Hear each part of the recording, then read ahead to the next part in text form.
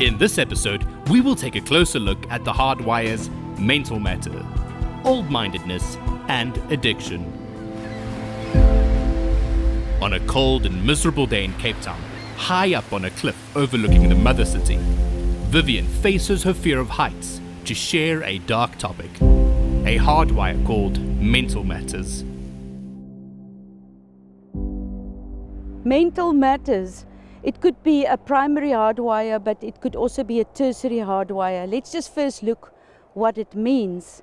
Mental matters doesn't mean you're a mental case. It means we all have mental faculties, and when we are exposed to stress, then we are either going to go on the continuum between anxiety and depression. So anxiety is when your energy, your volitional energy is still high, so you are a bit in a nervous anxiety state. You can see people have got almost more energy. They talk about the anxiety of the entrepreneur. There must be a certain amount of anxiety to be having drive that propels you. It's what we call the fight response of the brain.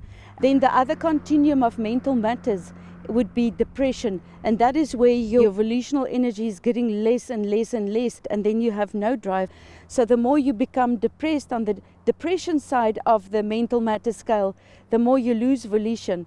So mental matters could be a primary hardwire. You could have inherited it from your parents. So if your parents were anxious and having fears and anxieties and phobias, you will definitely inherit, very likely inherit it. And when you get nurtured also with fear, don't do that, don't do that, don't do that, then anxieties and fears and stresses are going to start developing. And we could inherit it, and we can acquire it even more and more and exacerbate it, and then it becomes a tertiary hardwire. And remember, tertiary hardwires leads you to a very bad state of being, which prohibits you from ever getting to an optimum human being and to that purpose and to those dreams.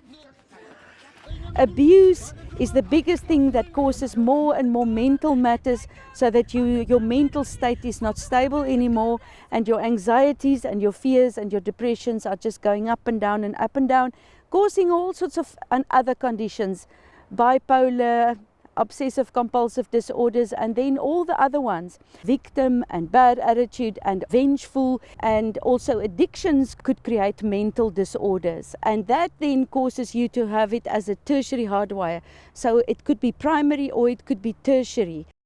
All other mental conditions fall under this mental matter state. So it could be not only neurosis and psychosis, but it could also be like a memory loss that leads to Alzheimer and dementia, and maybe in the beginning psychosomatic conditions like hypochondriac eventually turns into that mental matter state that pivots between the anxiety and the depression. Now we know that war and big traumas cause post-traumatic stress syndrome, and that creates big problems, and people eventually die with that disorder, and they just have to use medication to cope with that because the adrenaline and cortisol in their blood is just too high, and they've got to take medication with serotonin in to neutralize that state. So mental matters could also be then going from just anxieties and anxiety disorders to, we call it neurosis. It can then digress into psychosis, like schizophrenias and those type of mental disorders. This hardwire can lead to the emergence of mental illnesses like depression, anxiety, bipolar, fibromyalgia, and OCD. Widespread pain conditions like fibromyalgia or chronic fatigue syndrome are social conditions, since their symptoms have a direct impact on the patient's ability to maintain various roles and identities. Ties to the outside world are withered away, and physical and psychological isolation increases. In the next insert, Danica Kuhn and Kelly Jade shares with us their experience of living with fibromyalgia. It felt as somebody put me through a crusher, emotionally, physically. I was busy losing everything I worked so hard for. I was there where I was unable to get out of bed for months, where I turned to somebody that was not me.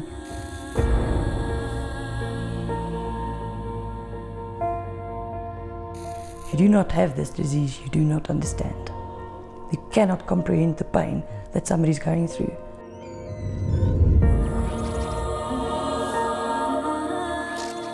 And like in high school is when I started drinking extremely heavily because I was in so much pain all the time and I was so unhappy and I was so depressed.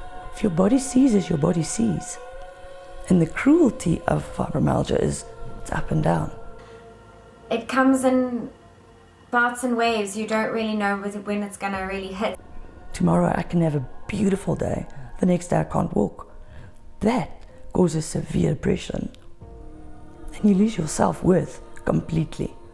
That was very difficult because I've always been very independent and very headstrong, saying that my illness will never take me down, but it will, it does, and there's nothing I can do about it except try and live my best happy life. That I can do it, I can stand up, I have to do this, let's just screw it. Done, finished. I just couldn't handle emotions, I couldn't handle pain, I couldn't handle the depression. I was done. I didn't want to live anymore. Not for my family, not for me. And I didn't see a way out.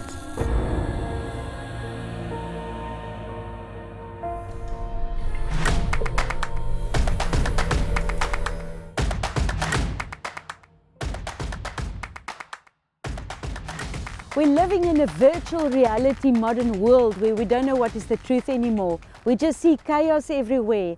We have stresses, we have digital technologies, we've got social media that blows up the celebrities to make us feel inferior.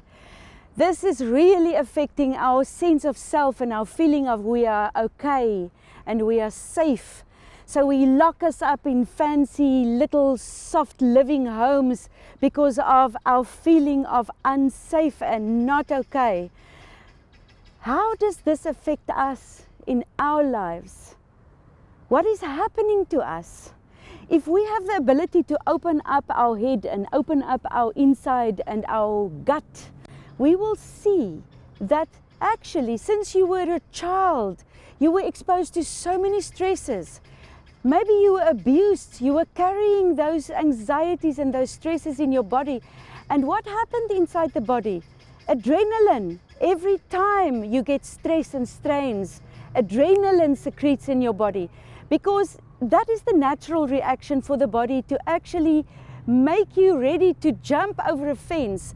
Nowadays, we don't release that adrenaline. It sits in our body, it stays in our body. So where does the adrenaline go? It infiltrates into your muscles and into your fibers. Arthritis, it sits in your adrenal glands. It takes over your neck, it creates spasms. It slowly but surely causes autoimmune diseases.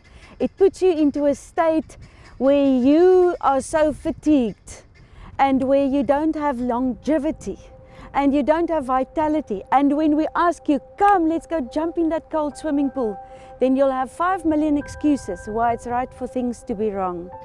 Our Hardwire assessment scale shows that between 60 and 70% of the population is showing growing old-mindedness. People are not having vitality and longevity anymore. And what are they doing about it? They are suffering. We find more and more people at a young age just lying. They can't lift up their arms and their feet anymore. And they feel valueless. They've lost their value. Do you want that to happen to you? You've got to think about this. If it's something that resonates with you now, you have to immediately change your life. You can't just let it slip. When it's too late, then it is too late. So what are we going to do about it? You are either in the wrong ecosystem, the wrong environment, an environment that is just bringing that stress, and you are weaker than that environment. You're not able to get that environment turned around. You've got to get out of that environment. You've got to get out of every piece of your life, everything you do that is creating the adrenaline and the cortisol. and you must now start doing things that is more 3 and 4 dimensional, more creative, more happy things, more nature things. You've got to secrete happy hormones. It has to be a whole transformational change that you've got to choose to do. We are made to live healthy. You see, some people, they are still healthy until the day they die. Let's reverse our lives because we can. In most cases, addiction stems from unfavorable and destructive situations, such as unconducive parenting and abuse. These addictive patterns, however, trickles down from generation to generation. Professor Slabbert elaborates. Addiction might have a connection with some or the other kind of inheritance, but I want to look at addiction in a different way. Addiction is not the primary problem. Addiction is the result of an attempt to solve a problem. It is basically a adaptive response of a child that had to endure one or the other kind of trauma. If I would now just become abusive towards you, what would your response be? Well, what are your options? You might be saying to me, don't talk to me that way. Or you might stand up and walk away. Or you might look at the people around and, ask them to help you in this situation. And that is all fine. But what will happen if you cannot fight it, not escape it, and not change it? Then you will engage into a behavior to relieve you from the pain.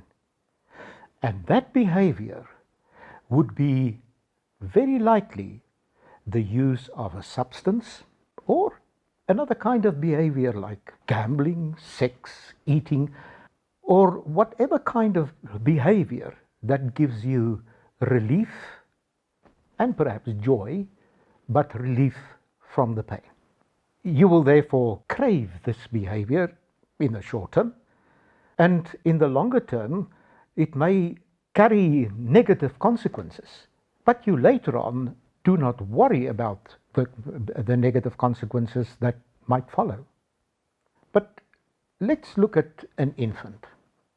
The child in infancy is incredibly sensitive to stimuli, and especially stimuli which is the cause of behavior that is not as it used to be. And in that sense, the question is, what are the options of the child? This child in infancy cannot escape, cannot fight, and cannot change the situation. So what will happen to the child? If the adult's brain will tune out under these circumstances, the same will happen to the child, because the child cannot escape, cannot fight, and cannot change the situation. And when does this happen? This happens when the child feels, I am not okay.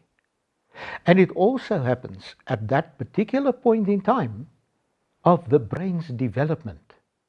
And because the brain is developing, this kind of tuning out of the brain as a response then becomes programmed into the brain. And the foundation for addiction of the child has been laid.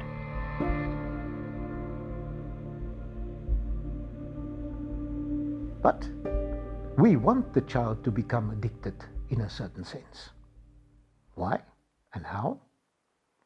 Well, if we confront the child with a real-life challenge that is so demanding that it requires great effort to engage, to keep and task, and eventually to resolve the challenge, then the brain acts as a self-rewarding system by secreting the happy hormones.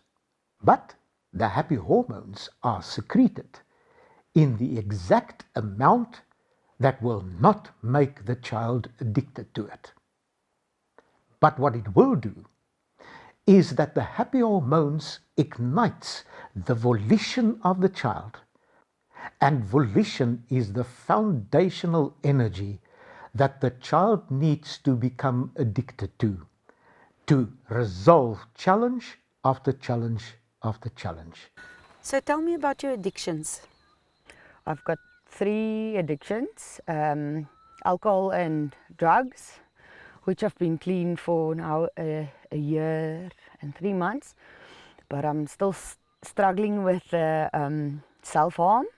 Self-harm is obviously the longest. I started in 1997 and I'm still struggling with that. I grew up in a home, single parent, and the relationship was just not well, and I tried so many times to actually commit suicide, but never went through. And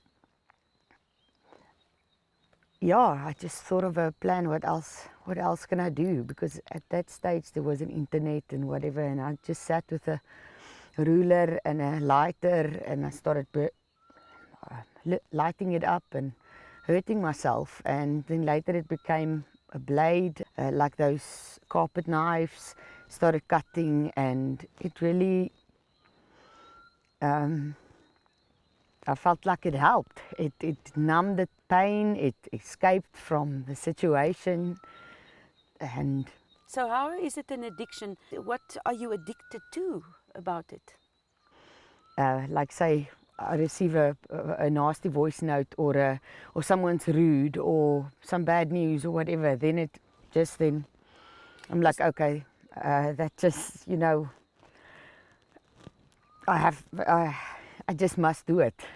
So it's when you feel I'm not okay, something that triggers you to feel you're not okay, and then you go ahead with it. But it starts already much earlier, where you start planning it in your brain that you want to do it. You want to do it, and then you shouldn't do it, and then it still doesn't happen, and then something happens and triggers it, and then you think, yes, I'm not okay, I have to do it. So are you still doing it? I have relapsed, so yes, and yeah, it can become every day, just like any other addiction. Is that what is on your arm? Can you show us what is that? That is some So- of it. So why would you choose your arm? I wouldn't, because I usually choose my legs. I don't know if you. So it's. Sure. So you initially chose your legs. Now why is it's a bit infected there? What did you do there? I take some deodorant and spray it on, and then Why? because it burns like hell. So you want deeper pain. You want Yes. more pain, more pain, more pain. Yes. Now don't you think And people, if it doesn't become enough, like it's not burning enough, like you do it once, then you try again, it's not. That's why you need a new scar too. and you need to get to a certain type of pain level to stop. Otherwise you feel it's not really working. You've got to get more. It's like drinking more or taking a drug that is now stronger. I suppose, yes, yeah. And during the time you do that, your brain is totally unconscious. And then do you get yourself into a state of consciousness after that? Because that's obviously a state of unconsciousness in that moment, just like alcohol, or like when I take a noga and I eat up the whole thing. I don't think until I've done it, and then I realize, oh, look how many calories it's going to make me fat. It's just another addiction. But you are unconscious of it in the moment. Then when you've done it, do you go conscious about it? And then how does your brain then go? For instance, with the arm, I would think, now why the freak did you choose your arm? Because in my thinking, I was like, okay, no one can see. But I mean, when you drink coffee, you're going to see it. Yeah. When you wear a top like this, you're going to see it. On your legs is the safest because you can't see it.